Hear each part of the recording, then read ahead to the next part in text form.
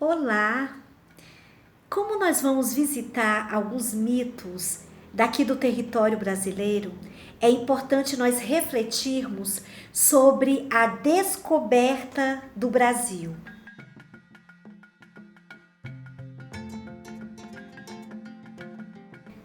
Quando os colonizadores europeus chegaram aqui, existiam mais de 1000 povos diferentes em nosso território brasileiro.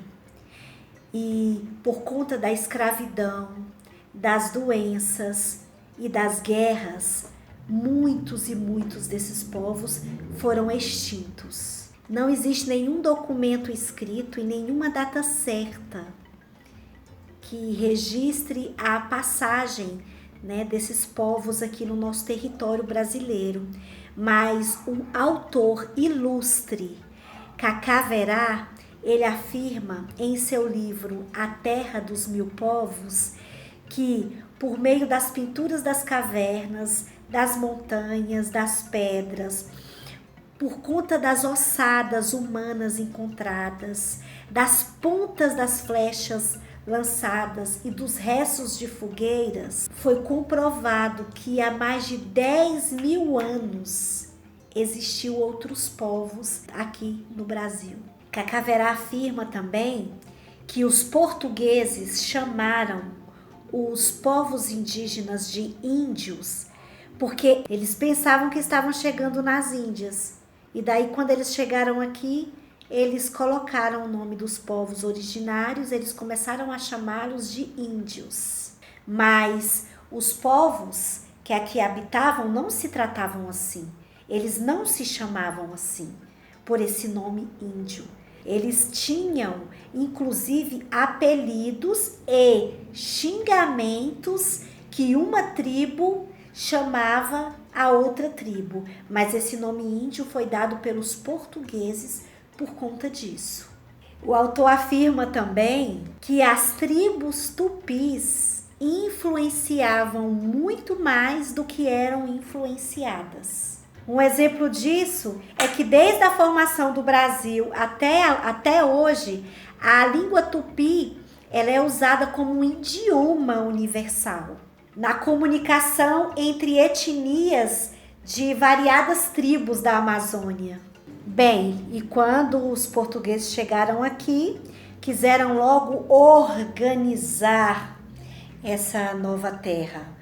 Pero Vaz de Caminha escreve a carta, mostrando, afirmando que os povos que aqui viviam não tinham costumes, porque nem roupa usavam.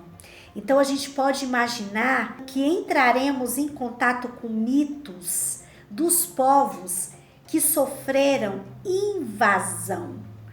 A invasão não foi apenas uma invasão territorial, foi uma invasão de tudo, de costumes. Eles foram invadidos, eles não foram respeitados. Então essas histórias sagradas que nós vamos estudar dessas deusas daqui do território brasileiro, é importante a gente saber,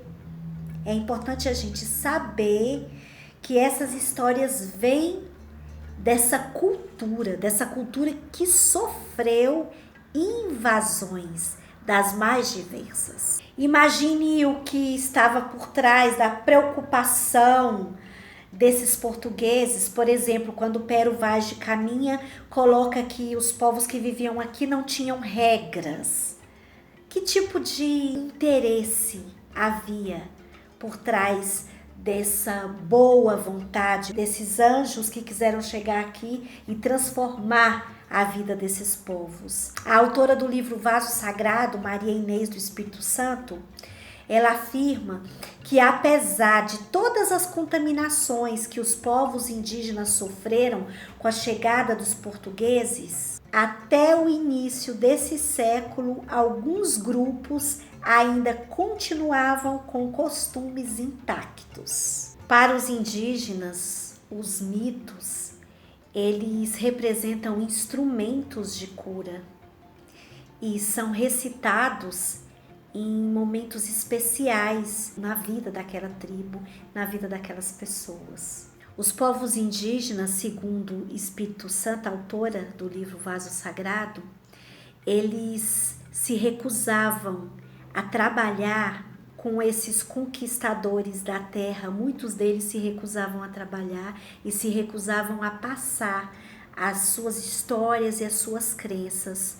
Muitos deles perderam a vida para preservar esses ensinamentos, essas histórias e esses costumes. Preferiram perder a vida do que trair os ensinamentos dos ancestrais.